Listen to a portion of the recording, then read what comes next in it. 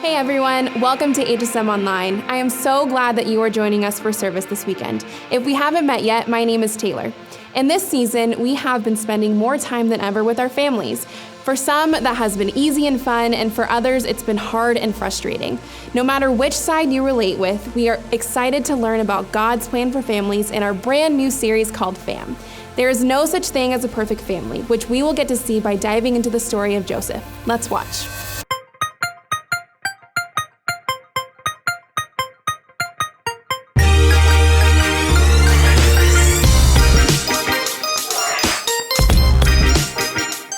Meet the Ellis family. This is Ryan, the dad. This is Lisa, the mom. And this is Braden. He just started his 8th grade year. And this is Jade. She's really excited to be a senior this year. And last but not least, this is their dog, Chance. Over the past 7 months, this family has been spending way more time together than they ever planned for. They've been eating more family meals together. They've watched every movie on Disney Plus, and they've gone through every single board game they own.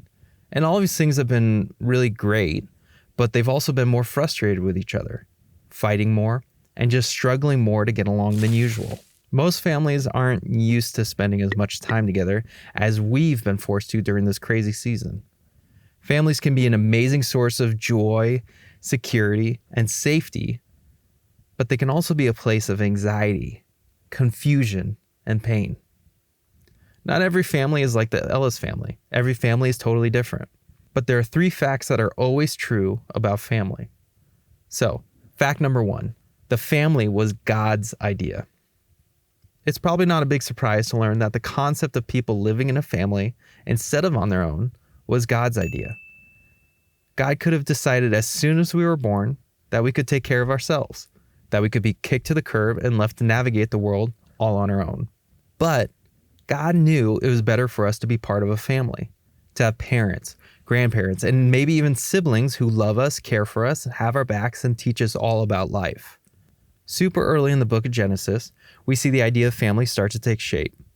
The Bible says that shortly after God created Adam, he created Eve so Adam wouldn't be alone. Then he told them to multiply and have children. Fact number 2, your family was God's idea. The Bible says that God knit you together in your mom's womb. It says that before you were even born, God was planning your life. And it says that God knows how long you will live and even how many hairs you have on your head. Obviously, if God is that interested and that concerned about you, he was thoughtful and purposeful about what family he would put you in. You aren't in your family by accident. God has you exactly in the family he wants you to be in. You play a super important role in your family. It wouldn't be the same without you because you are there by design. Your family was God's idea. So it was a perfect idea. But fact number 3, there's no such thing as a perfect family. The idea of the family is a perfect idea. Human beings are meant to be in families. Your family was a perfect idea too. God put the pieces of your family together perfectly. But there's no such thing as a perfect family. Going back to Genesis, it didn't take long for Adam, Eve, and their kids to mess up God's perfect idea.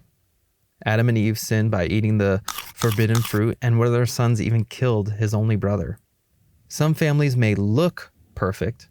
They seem to have it all together and have all the stuff that we think makes for a perfect family. But there's no such thing. Every single family on the face of the earth has their own struggles and their own challenges. Let's take a look at the life of Joseph from the Old Testament. Joseph came from a large, wealthy family. He had 12 siblings, 11 brothers, and a sister. But his family was kind of a hot mess, especially his own relationship with his brothers. The Bible says that Joseph was his dad's favorite son. Okay, parents aren't supposed to have favorites. This made things messy, especially since they all knew it and they all were jealous. Jacob, his dad, even gave Joseph a special jacket. Super colorful and awesome, that basically reminded his brothers that Joseph was Dad's number 1 son.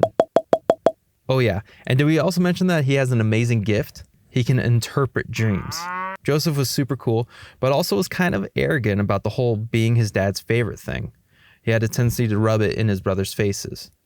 Joseph's story is a pretty long one, and during this series we will jump around through parts of the biblical text. Jacob loved Joseph more than any of his other children because Joseph had been born to him in his old age. So, one day, Jacob had a special gift made for Joseph, a beautiful robe. But his brothers hated Joseph because their father loved him more than the rest of them. They couldn't say a kind word to him. When Joseph's brothers saw him coming, they recognized him in the distance, and as he approached, they made plans to kill him. "Here comes the dreamer," they said.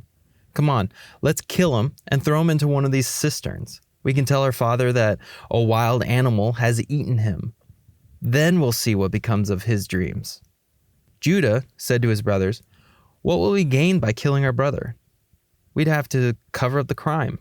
Instead of hurting him, let's sell him to those Ishmaelite traders. After all, he is our brother, our own flesh and blood." So the brothers agreed.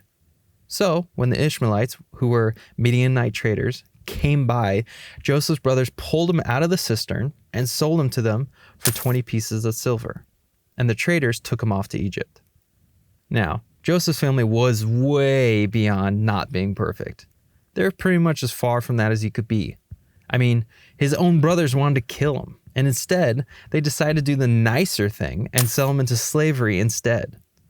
Over the next few weeks, we're going to learn how Joseph navigated life in such an imperfect family. And along the way, I think we will learn a few things that may apply to our lives as well. Here's the thought for the week. God knew what he was doing when he dropped me into my family. Thanks for watching. You've made it to the end, which means you get to see an awkward picture of me and my family. Soak it in all of its glory. Before you go, hit the like and subscribe buttons and that little notification bell so you get notified whenever we post something new. Bye!